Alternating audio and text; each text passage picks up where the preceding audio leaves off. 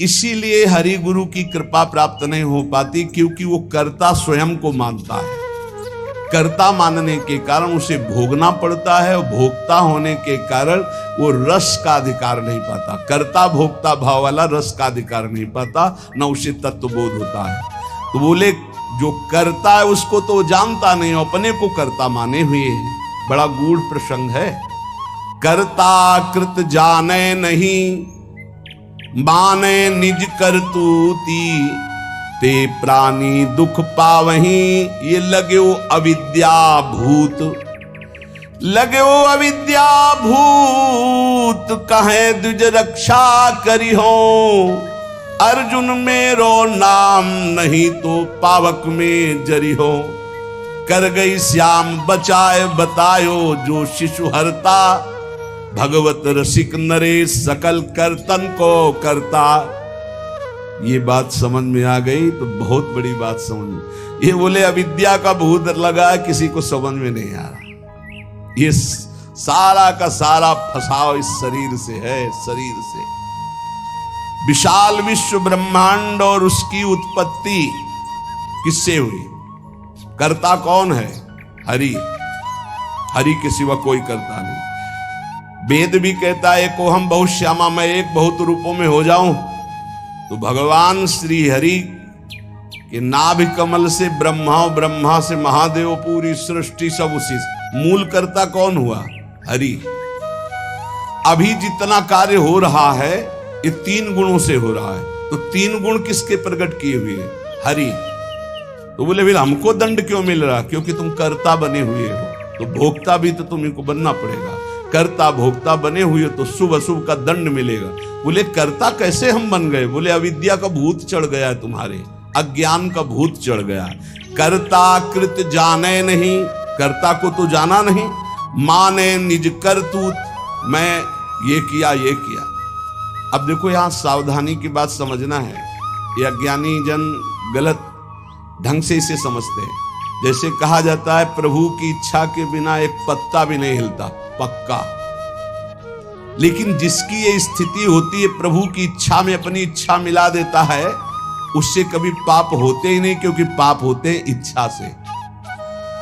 जिसकी अपनी इच्छा है और अपना भोग है, उसको नरक और स्वर्ग भोगना पड़ेगा। वो केवल बातों से कहता है, उसकी स्थिति है कर्तृत्व और भोक्तृत्व भाव से। जब तक अहंकार है तब तक पापाचरण होता है, और जब अहंकार समर्पित हो जाता है तो उसका शरीर यंत्रवत वही चेष्टाएं करता है जिससे जगत मंगल होता है। वो कहते हैं कि कर्ता श्री हरि। अभी आप कहोगे कर्ता श्री हरि, तो आप 3 गुणों से प्रभावित होकर अहंकार में पापाचरण करोगे और कहोगे कि भगवान की इच्छा से हुआ। तो भगवान की इच्छा से नरक भी बना है, बड़े बड़े दुख भी बने, वो तुम्हें भोगना पड़ेगा। अगर समस्त दुख और सुख दोनों से ऊपर उठकर परमानंद में निमग्न होना है तो बोले कर्ता को जानो। एक कल संत भगवान प्रश्न कर रहे थे कि एकांत में तो ठीक है, लेकिन जब व्यवहार में उतरते हैं तो राग द्वेष हो जाता है। क्यों? क्योंकि तुम व्यवहार में क्रिया देखते हो, कर्ता नहीं देखते, कारण नहीं देखते। अगर कारण को देखो तो कारण श्री हरिवंश भनम। क्रिया को देखोगे तो अनुकूल हुई तो राग हो जाएगा, प्रतिकूल हुई तो दोष हो जाएगा। अगर कारण को देखोगे तो सब में पावर श्री भगवान कारण, राग द्वेष होगा ही नहीं। भगवत रसिक जी कहते हैं औरों की तो बात जाने दो, लगे हो अविद्या भूत, कहें द्विज रक्षा करी हो। समीप में बैठे हैं अर्जुन जी के भगवान श्री कृष्ण। एक ब्राह्मण आता है और श्री भगवान के सामने वो कहता है, प्रभु प्रभु, अभी अभी मेरा पुत्र प्रकट हुआ और पधार गया। द्वारिकापुरी की बात है। प्रभु पैदा होते ही मर गया, ऐसा तो कभी नहीं हुआ कि पुत्र पिता के सामने मर जाए। ये तो धर्म रहित बात है। और अपने बालक को भगवान के सामने से राजमहल के द्वार पर रखता है और विलाप करके बड़ी आतुरता पूर्वक कहता, संदेह नहीं कि इस समय पृथ्वी में ब्रह्म ऋषियों का द्रोह करने वाले लोग पैदा हो गए हैं। धूर्त कृपण पापी लोग बढ़ गए हैं। कर्म दोषी हो गए हैं, इसीलिए ये काल उल्टा चक्र चला रहा है कि पिता के सामने जन्मा हुआ पुत्र मृत्यु को प्राप्त हो रहा है। ये राज हिंसापरायण, दुश्शील, अजितेंद्री प्रजा को दरिद्री कर रहे हैं, कर ले ले करके दुख पर दुख प्रजा भोग रही है। इसीलिए ये हमको सामने महान संकट देखना पड़ा। अधार्मिक राजाओं के होने के कारण मेरा पुत्र मेरे सामने मरा, ऐसा काल व्यतिक्रम है, नहीं होना चाहिए था। इस प्रकार बोलकर चला गया। फिर दूसरा पुत्र हुआ तो फिर मर गया, फिर बोल के चला गया। तीसरा पुत्र पैदा हुआ, फिर मर गया, फिर वैसे ही बोल के चला गया। जब 9वें बालक के मरने पर वो वहां आया तो अर्जुन जी ने कहा, ब्राह्मण सुनो, इस निवास स्थान द्वारिका में ऐसा लगता है कोई धनुषधारी क्षत्रिय नहीं है। बार बार तुम यहां रोकर चले जाते और कोई नहीं बोलता कि मैं तुम्हारी रक्षा करूंगा। क्या है ये प्रजा पालन है? अरे जिनके राज्य में कोई ब्रह्म ऋषि दुखी हो जाए धन से, पुत्र से या किसी अन्य कारण से, तो उसका राज्य नष्ट हो जाता है। जहां साधु वैष्णव ब्रह्म ऋषि दुखी हो जाए। मैं समझता हूं इस समय तुम बड़े संकट में हो, बड़े दीन हो रहे हो क्योंकि तुम्हारे पुत्र मर रहे हैं। मैं प्रण करता हूं तुम्हारे पुत्र की रक्षा करूंगा। कर्ता को जाने नहीं, भगवत ऋषि जी कह रहे हैं। अरे उनका जाओ, तुम बात क्या बनाते हो, तुम क्या पूर्ण करोगे? जब ये श्री कृष्ण और बलराम बैठे हैं तो तुम क्या पूर्ण कर लोगे?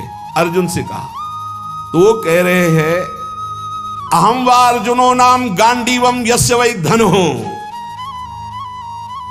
नाहम संकर्षणो ब्रह्मन् न कृष्णः कार्षणेव च अहम वा अर्जुनो नाम गांडीवम यस्य वै धनो। मैं कोई संकर्षण नहीं हूं बलराम जी, और मैं कोई कार्षणी कृष्ण नहीं हूं। मैं गांडीव धनुषधारी अर्जुन, जो बोलता हूं वही करके दिखाता हूं। यहां दो भाव निकलते हैं कि देखो भाई, मैं कोई कृष्ण बलराम तो हूं नहीं, उनका दास हूं। तो भगवान अपने प्रण को चाहे भुला दे, लेकिन दास के प्रण का निर्वाह करते, इसलिए मैं प्रण लेता हूं कि मैं तुम्हारे पुत्र की रक्षा करूंगा। और एक भाव ये होता है कि मैं कोई कृष्ण बलराम नहीं हूं, मैं गांडीव धनुषधारी अर्जुन हूं, जो प्रण लेता हूं उसे पूर्ण करता हूं। ब्राह्मण ने कहा, कैसी बड़बड़ करके बातें कर रहे हो? संकर्षणो वासुदेवा प्रद्युम्नो धन्विनाम बलः अनिरुद्धो अप्रतिरथो न त्रातुम शक्नुवन्ति यत् तत्कथम नु भवान कर्म दुष्कर्म जगदीश्वरै चिकीर्षसि त्वं बालिष्यात् तन्न श्रद्धम्हे वयम्। अरे जहां बलराम जी विराजमान, हल मुसलधारी सुदर्शन चक्रधारी श्री कृष्ण प्रद्युम्न अनिरुद्ध, ये अतिरथी महावीर, जब ये जगदीश्वर हमारे पुत्र की रक्षा नहीं कर सके तो तू क्या ये बालकों की मूर्खता जैसी बात करते हो? अर्जुन से कहा। अर्जुन ने कहा, फिर कहता हूं मैं गांडीव धनुषधारी अर्जुन हूं। ब्राह्मण देवता, यदि मैंने तुम्हारे पुत्र की रक्षा नहीं की तो चिता लगाकर तुम्हारे सामने भस्म हो जाऊंगा। मेरे बल पौरुष का तिरस्कार मत करो। जानते हो मुझे, मैं वो अर्जुन हूं जो महादेवाधिदेव भगवान शंकर को युद्ध में तृप्त कर दिया। ऐसा है, मैं अधिक क्या कहूं? अगर मृत्यु भी सामने आएगी तो मैं जीत कर तुम्हारे पुत्र की रक्षा करूंगा, मैं वचन देता हूं। तब ब्राह्मण ने कहा, जय हो कुंती नंदन अर्जुन, तुम्हारी जय हो भाई, धन्य है, तुम्हारा बल पौरुष प्रशंसनीय है। अब मैं जा रहा हूं, जब बालक होने को होगा तो मैं तुम्हें सूचना दूंगा। फिर समय आया प्रसव का, ब्राह्मण भागता हुआ आया, अर्जुन अर्जुन इस बार तुम मेरे बच्चे को बचा लो, मृत्यु से बचा लो। अर्जुन तत्काल गए, आचमन किया, भगवान शंकर का ध्यान करके प्रणाम किया, श्री कृष्णचंद्र की तरफ देखा भी नहीं, कर्ता को जाले ले यही बात समझा रहे, समझो। और दिव्यास्त्र का स्मरण किया और गांडीव पर प्रत्यंचा चढ़ाई और ऐसा बाणों का हाहाकार मचा दिया कि वायु भी प्रवेश करेगी प्रसव गृह में तो अर्जुन की आज्ञा से प्रवेश करेगी। दिव्यास्त्रों से पूरा बांध दिया, मंत्र से अभिमंत्रित करके प्रसव गृह को चारों ओर से घेर दिया, ऊपर नीचे दाएं बाएं ऐसा पिंजड़ा और दिव्य मंत्रों के द्वारा। पहले तो कम से कम बालक पैदा होकर के रोता फिर मर जाता था, अब पैदा हुआ ना तो सौ मिला ना आवाज सुनाई दी, गायब हो गया। पहले तो कम से कम लाश तो मिलती थी, रोता तो था फिर मर जाता था। अब वो ब्राह्मण अर्जुन से कहने लगा कि मेरी मूर्खता देखो, इस नपुंसक की बात में मैं आ गया। हाँ, अरे जहां श्री कृष्ण बलराम नहीं रक्षा कर पाए, इसकी डींग भरी बातों पर मैंने विश्वास कर लिया। ना प्रद्युम्नो ना अनिरुद्धो न रामो न च केशवा यस्य सेकु परित्रातुम कोन्यस्तद वितेश्वरः। कौन ऐसा है जहां श्री कृष्ण बलराम प्रद्युम्न और अनिरुद्ध नहीं रक्षा कर पाए, वहां और त्रिभुवन में कौन रक्षा कर सकता है। मिथ्यावादी अर्जुन को धिक्कार है, अपने मुंह से बड़ाई करने वाले गांडीव धनुषधारी अर्जुन को धिक्कार है। दुर्बुद्धि मूढ़तावश कहता था कि मैं तुम्हारे बालक की रक्षा कर लूंगा।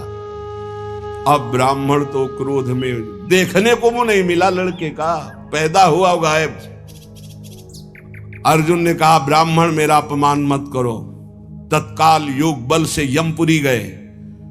भगवान धर्मराज जी ने देखा कि अर्जुन पधारे, बोले इस समय अर्घ पात्र लेने का हमें अवसर नहीं है, हमें यह बताओ कि वो जीवात्मा तुम्हारे यहां आया है? बोले हमारी पुरी में नहीं आया। विचार किया कि कहां चला गया जब यमपुरी में नहीं आया। इंद्रलोक, अग्निलोक, नैऋति, सोम, वायु, वरुण सबकी पुरियों में गए। अतल नीचे, अतल सुतल, पाताल, तलातल, महातल, इन लोकों में गए। ऊपर के जनलोक, महरलोक, तपलोक, ब्रह्मलोक, कहीं भी ब्रह्मा की जितनी रचना सब घूम डाला अर्जुन ने, कहीं वो जीव नहीं मिला। अब आए, अब भगवान श्री कृष्ण की तरफ देखा, प्यारे प्रणाम, अब जा रहे हैं भस्म होने हम चिता में। यही जीव की दशा है, जब सब जगह से हार जाता है तब बोलता है हरि शरणम। पहले नहीं चितवन किया कि प्रभु, तो प्रभु समझा देते। प्रण लेने से लेकर अभी तक भगवान की तरफ नहीं देखा कि रुख क्या है। अब जब चिता में जलने का नंबर आया तब केशव प्रणाम आखिरी स्वीकार करो। तो भगवान ने कहा किस बात का? बोले वो प्रण है ना, तो चिता में जलने जा रहे। तो उनका तुमने अभी पूरे बल का प्रयोग कहां किया? ध्यान दीजिए, तुमने अभी पूरे बल का प्रयोग कहां? तुम्हारा पूरा बल तो मैं हूं। मुस्कुरा दे अर्जुन, यही हमसे गलती होती है। हमारा बल कौन है? आराध्य देव। हम अपने बल की डींग हाँकने लगते हैं, उन्हीं के बल से मिले हुए बल से। हमारा पूरा बल श्री भगवान है। देखो अर्जुन, तुम्हारा बल मैं हूं। जिस समय ये तुम्हारी निंदा कर रहे हैं, यही सब लोग प्रशंसा करेंगे और तुम्हारे यश की कीर्ति की स्थापना होगी। करें करावें आप सब, जने बढ़ाई दे। मान लो, कर्ता को जानो कौन है। सर्वशक्तिमान भगवान जे भी चिंतन किया, भगवान का दिव्य रथ आ गया। भगवान की दिव्य घोड़े, दारुक नाम का सारथी। भगवान ने अर्जुन से कहा बैठो हमारे रथ में। रथ में बैठे। दारुक ने भगवान के नेत्रों की तरफ देखा, इशारा किया, ले चलो। 7 पर्वतों वाले 7 द्वीप, 7 समुद्र, लोकालोक पर्वत, इनको लांघकर घोर अंधकार, इतना अंधकार कि भगवान के दिव्य घोड़े सैब्य, सुग्रीव, मेघपुष्प बलाहक नाम के चारों घोड़े मार्ग नहीं दिखाई दे रहा। तब योगेश्वरों के भी परमेश्वर भगवान श्री कृष्ण ने जब घोड़ों की दशा देखी तो सुदर्शन चक्र का स्मरण किया। हजार हजार सूर्यों जैसा एक साथ तेज प्रकाशित करने वाले भगवान की दिव्य पार्षद सुदर्शन जी आगे चल रहे हैं। घोर अंधकार में सुदर्शन चक्र से ज्योति ऐसी प्रकट हो रही, सब अंधकार नष्ट होता जा रहा, प्रकाश। ऐसे भगवान के सेवक हैं। ऐसे भगवान के दास हैं। सुदर्शन चक्र के द्वारा बतलाए हुए मार्ग से चलकर अंधकार की अंतिम सीमा में पहुंचे। अब अंधकार के पास इतना दिव्य प्रकाश, प्रकाश ही प्रकाश, जैसे घोर अंधकार ऐसे घोर प्रकाश। अब वहां अर्जुन की आंखें चौंधिया गई, विवश हो गए, नेत्र बंद कर लिए, इतना तेज। भगवान वहां भी सामर्थ्य प्रदान करी अर्जुन को और घोड़ों को भी।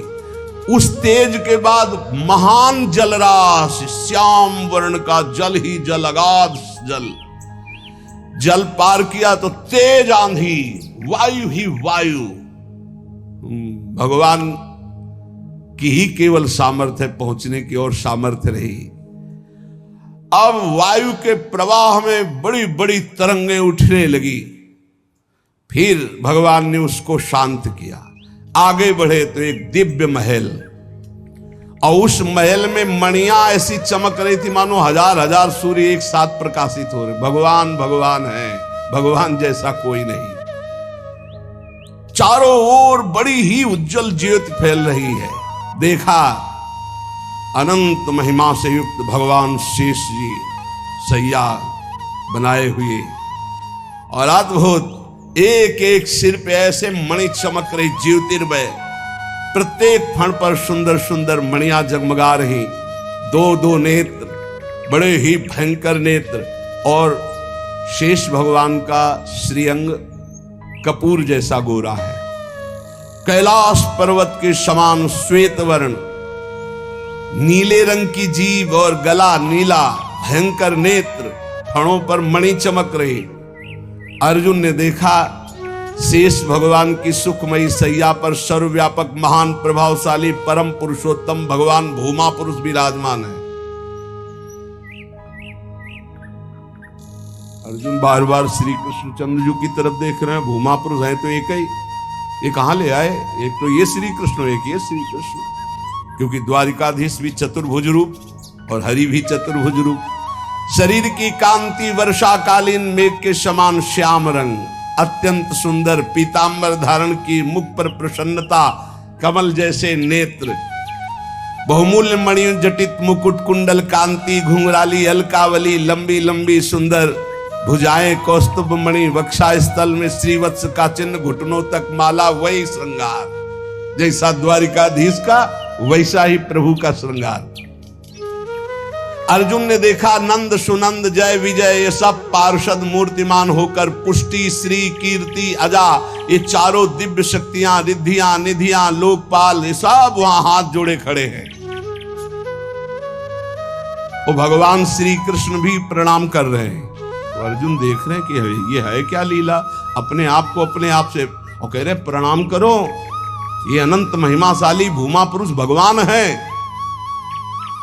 अर्जुन भयभीत हो गए कि एक तो ये मेरे सखा श्री कृष्ण, दूसरे ये भूमा पुरुष। श्री कृष्ण ने फिर प्रणाम किया और हाथ जोड़कर कहा कि हे भूमा पुरुष, आप कृपा करके आदेश कीजिए। गंभीर वाणी में बोले, हे अर्जुन और हे श्री कृष्ण, तुम दोनों को देखने के लिए मैंने उन पुत्रों का अपहरण किया, मैंने अपने पास मंगाया। तुम मेरे ही अंश से प्रकट हुए हो और धर्म की रक्षा के लिए पृथ्वी पर अवतार ग्रहण किया। पृथ्वी के भार से दैत्यों का संहार कर चुके हो। अब तुम्हें लौटकर हमारे ही स्वरूप में फिर विलीन होना है।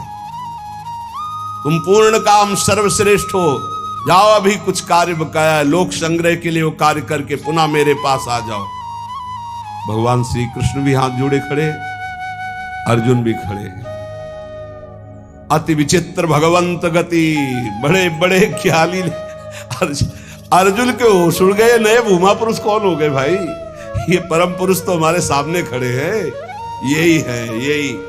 अगर ये अपने रहस्य को न बतावे तो कोई, इनका एक नाम है अनंत, कोई अंत ही नहीं पा सकता है। अर्जुन और श्री कृष्ण को आदेश किया, सर झुकाकर। अर्जुन देखते जा रहे, सर झुकाकर भगवान कह रहे जो आज्ञा। फिर वो सब बालक वापस कर दिए। उन बालकों के लिए वैसे ही मार्ग से फिर द्वारिका में लौट के आए, और बालक अपनी अपनी आयु के अनुसार बड़े भी हो गए थे। वैसी आकृति रूप क्योंकि पहचान ले, श्री कृष्ण अर्जुन ने उनको समर्पित किया। अर्जुन के आश्चर्य की सीमा न रही। तब उन्होंने अनुभव किया और भगवान से कहा, प्रभु मुझे पता चल गया। बोले क्या? बोले पूरे जगत में जिसके बुद्धि बल, ज्ञान बल, पौरुष बल जो कुछ भी है वो हे श्री कृष्ण केवल आपकी कृपा से है, ये मुझे पता चल गया। यही पता चलना है। इसीलिए रोज सत्संग सुनो। एक बार सुनने से काम नहीं चलेगा। गीता सुनने के बाद क्या कहा था? नष्टो मोहा स्मृति लब्धा। फिर क्या हो गया? फिर मोह। ये हवा है, आंधी है, कभी भी गंदा कर सकती बुद्धि को। देखो अर्जुन जी ने गीता सुनने के बाद कहा था नष्टो मोहा स्मृति लब्ध। फिर मोह हो गया, मोह माने अज्ञान। फिर कहने लगे कि मैं कोई श्री कृष्ण बलराम। आज फिर बोल रहे हैं। आप इसीलिए निरंतर भजन और सत्संग के लिए महापुरुष जन कहते हैं, जिससे हमारी बुद्धि रोज पावन होती रहे। जैसे पोछा लगा दिया सोने लगाने के बाद और दरवाजा खुला छोड़ दिया तो फिर गंदा होने की संभावना। इस समय हर इंद्रियों को शासन में रखते हुए नाम जप करते ये परम पद तब प्राप्त होता है। तो इसलिए भगवत रसिक जी कह रहे हैं कि कर्ता कृत जाने नहीं, माने निज करतूती, ते प्राणी दुख पावहीं, लगो अविद्या भूत। ये बहुत जल्दीबाजी में फिर सब बिगड़ जाता है। धैर्य पूर्वक भगवान का आश्रय लेकर नाम जप में लगो। इसी से परम मंगल होता है, इसी से परम लाभ होता है। क्योंकि भगवान शंकर भी जिनका चरणोदक माथे पे धारण किए हुए हैं वो भगवान श्री हरि हैं। एक बार सरस्वती नदी के तट पर ब्रह्म ऋषि जन यज्ञ कर रहे थे। तो उसमें सब ऋषियों ने कहा कि यद्यपि भगवान ही सब रूपों में है, पर भगवान के किस रूप को सर्वश्रेष्ठ मानकर आश्रय लिया जाए और अग्र पूजा की जाए यज्ञ में। भगवान के सब रूप हैं, हमें कोई संशय नहीं। तो उनका प्रगट रूप की महिमा प्रकाशित करने के लिए किसी ब्रह्म ऋषि को परीक्षा लेनी होगी त्रिभुवन के तीनों बड़े ईश्वरों की, हरि, देवाधिदेव महादेव, ब्रह्मा। तो ब्रह्मा पुत्र भृगु जी खड़े हुए। उन्होंने कहा परीक्षा तो हम ले लेंगे, निर्णय आप कर देना। सब ऋषियों की वंदना करके भृगु जी गए और ब्रह्मा जी के सामने ऐसे खड़े हो गए। ब्रह्मा जी ने देखा कि पुत्र है और अभद्र व्यवहार। महापुरुषों के सामने ऐसे नहीं खड़ा हो जाता, नहीं सारे पुण्य नष्ट हो जाते हैं। ये जो संत महात्मा गुरुजन भगवत विग्रह उनके सामने ऐसे नहीं, कभी मंदिर में ऐसे नहीं, कभी गुरु जी के सामने ऐसे, कभी संतों के सामने ऐसे नहीं। वो अभद्र मंगलकारी आचरण वाले लोग होते हैं जिनको ज्ञान नहीं। ऐसे खड़े होना, हाथ बांध कर खड़े हो नहीं, हाथ जोड़कर खड़े हो या सौम्य मुद्रा में खड़े हो। अगर वो सामने से निकल रहे तो नेत्रे झुका दो, केवल इतना ही कर दो अभिमान में। अगर बहुत भरे हो तो थोड़ा नेत्रे झुका दो, ना हाथ जोड़ो। चलो तुम्हारा अगर घट जाता है हाथ जोड़ने से तो ऐसे कर लो। तो ब्रह्मा जी के सामने गए, बस ऐसे ऐसे खड़े। क्रोध आया कि इतना बड़ा ऋषि होकर और ऐसा अभद्र व्यवहार करता है। पर फिर एकदम भ्रकुटी तो चढ़ी, गुस्सा तो आया, पर शांत हो गए। है तो मेरा ही बेटा, भृगु जी ब्रह्मा जी की तो पुत्र है। ब्रह्मा जी शांत हुए, भृगु जी कुछ नहीं बोले, चले गए। जब कैलाश पहुंचे तो देवादिदेव जी ने कहा आओ आओ ब्रह्म ऋषि श्रेष्ठ, आओ तुम्हारा स्वागत है। बोले मुंडों की माला धारण करते हो, चिता की राख लगाते हो और हम तुम्हारे गले लगेंगे। अरे उन्होंने कहा हम तुम्हें ब्रह्म ऋषि मान के स्वागत करें, तुमने ऐसे समझा क्या उठाया त्रिशूल? भगवान शिव ने कहा तुमने ऐसे समझा क्या कि हम तुम्हारा आदर कर रहे हैं ब्रह्म ऋषि मानकर के तुम जो है अवहेलना कर रहे हो। आप मुंडों की माला पहनते हो, चिता की भस्म लगाते हो, कहते हो आओ तुम्हारे गले लग जाएंगे। महादेव जी ने उठाया त्रिशूल, रोक, भृगु जी चल दिए वहां से। और भगवान श्री हरि के धाम पहुंचे वैकुंठ में।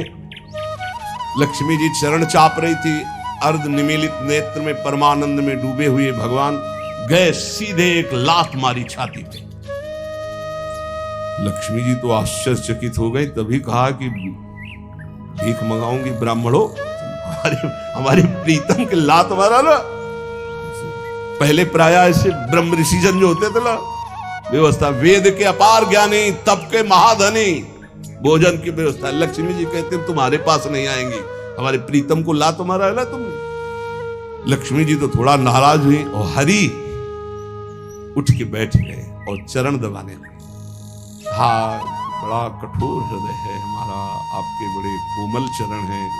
अगर मुझे पता चलता तो मैं आपके चरणों की अगवानी करता। मुझसे अपराध बन गया कि मैंने अगवानी भी आपके चरणों की और चरण दबाने। प्रभु जी के नेत्रों में अश्रु आ गए और कहा, प्रभु बस यही देखने के लिए हमको सब ब्रह्म ऋषियों ने भेजा था। यद्यपि आप ही शिव हो, आप ही ब्रह्मा हो, आप ही चराचर जगत हो, पर प्रभु आपका जो करुणा वरुणालय हरि रूप है यही सर्वाराध्य है। तो कर्ता कृत जाने नहीं, यही बचाते हैं, सबको बचाते हैं। एक बार ब्रकासुर नाम का एक असुर था, उसने सोचा कोई ऐसा देवता मिले जो जल्दी प्रसन्न हो जाए, हमारी कामना की पूर्ति कर दे। तो देवर्षि नारद जी मिल गए। नारायण नारायण नारायण। देवर्षि नारद जी एक ऐसे महात्मा है जिनको कोई द्रोह नहीं करता। त्रिभुवन में कंस भी एकांत में बैठाल कर सलाह लेता है, हिरण्यकश्यप भी उठकर आदर करता। कोई भी हो त्रिभुवन में देवर्षि नारद जी से कोई, जिसको मिलेंगे बिल्कुल पक्की सलाह बताएंगे। कंस ने स्वागत किया, बैठाला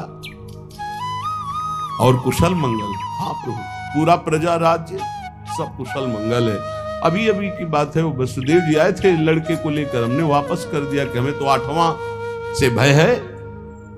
नहीं, गड़बड़ है। कमल उठाया, कहा देखो यहां से गिनो, 1 2 3 4 5 6 7 8, आया ना 8वां? पहला आया ना, फिर दूसरे शुरू किया, हर 8वां हो सकता है। उनको लगा कि नारद जी जैसा कृपालु कौन हो सकता है, और नारद जी को लगा ऐसे ये दया करेगा तो भगवान के अवतार में देरी हो जाएगी, क्योंकि 8वें में आना है, और जब तक ये दया करेगा तब तक भगवान विकल नहीं होंगे। इसको क्रूर होना चाहिए, क्योंकि भगवान का अवतार शीघ्र हो। हर कमल की पंखुड़ी को 8वीं बता दिया, हर बेटे को 8वां बता दिया, तुरंत मुलवाया।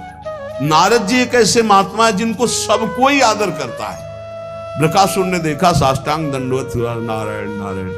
महाराज कोई ऐसा भगवान बताओ जो बहुत जल्दी प्रसन्न हो जाए। बोले वो तो शास्त्रों में प्रसिद्ध है, आशुतोष, देवाधिदेव महादेव, उनकी आशुतोष, वो ऐसे देवता है वो जल्दी प्रसन्न हो जाते हैं। और कोई सेव संतरा की जरूरत नहीं भाई, देवाधिदेव महादेव देख लो, कोई देवता ऐसा भोग नहीं पाएगा। त्रिभुवन में कोई देवता नहीं ऐसा भोग पाएगा जैसा देवाधिदेव भगवान शिव एक चुल्लू जल में प्रसन्न। ऐसे कृपालु हैं कि जो कोई सृष्टि में न स्वीकार करे वो स्वीकार करने के लिए तैयार, उतने में प्रसन्न हो जाते हैं। बोले आशुतोष देवाधिदेव महादेव हैं। और वो सोचा कि मंत्र और ये आराधना हमसे तो बनेगी नहीं, आसुरी प्रवृत्ति है। तो अग्नि को प्रकाशित करके अपने शरीर का मांस नोच नोच करके स्वाहा, भगवान शिव का मंत्र जपता तो स्वाहा। भगवान शिव बड़े कृपालु के, बेकार को ऐसे, हम तो एक चुल्लू जल में प्रसन्न हो जाते हैं, इतनी भगवान शिव प्रसन्न हो गए। कर्ता को जाने नहीं, हम ये बता रहे। भगवान शिव ने कहा, काहे को तुम इतना कष्ट सह रहे हो, क्या चाहिए तुम्हें? तो माता जी के सहित प्रकट हुए थे। माता जी त्रिपुर सुंदरी, असुर है ना, राक्षस, तो इसकी बुद्धि तो राक्षसी ही रहेगी। भगवान शिव की तरफ देखा, माता जी की तरफ देखा। उसने कहा, प्रभु मेरी इच्छा है कि मैं जिसके ऊपर हाथ रख दूं वो भस्म हो जाए। भगवान शिव बिना विचार किए बोले, तथास्तु, ऐसा ही हो। जे ही ऐसा कहा तो उसने सोचा परीक्षा के लिए भगवान शिव के ऊपर हाथ रख के देखे ना, इन्हीं का वरदान इन्हीं को। भगवान शिव के ऊपर ऐसे जो हाथ कर, भगवान भागे, क्योंकि जानते थे कि सत्य है, रख देगा भस्म हो जाएगा। शरीर तो भाई भगवान ने ही आदेश और वो वर दिया है, उन्हीं के बल से भागे, वो भी पीछे भागे। माता जी खड़े लीला देख रहे हैं। भगवान शिव जब पीछे देखे तो दौड़ के पीछा बस हाथ ही रखने का। भगवान ने कहा, कहां तक भागेंगे? तो कर्ता को याद किया। कर्ता कौन है? हरि। हरि को याद किया। जो ही याद किया तो आ गए ब्रह्मचारी के रूप में, और भगवान शंकर से इशारा किया, चैन की सांस लो, अभी इसका हिसाब करते हैं। नजदीक गए, बोले प्रणाम बृकासुर जी। इतना प्यार से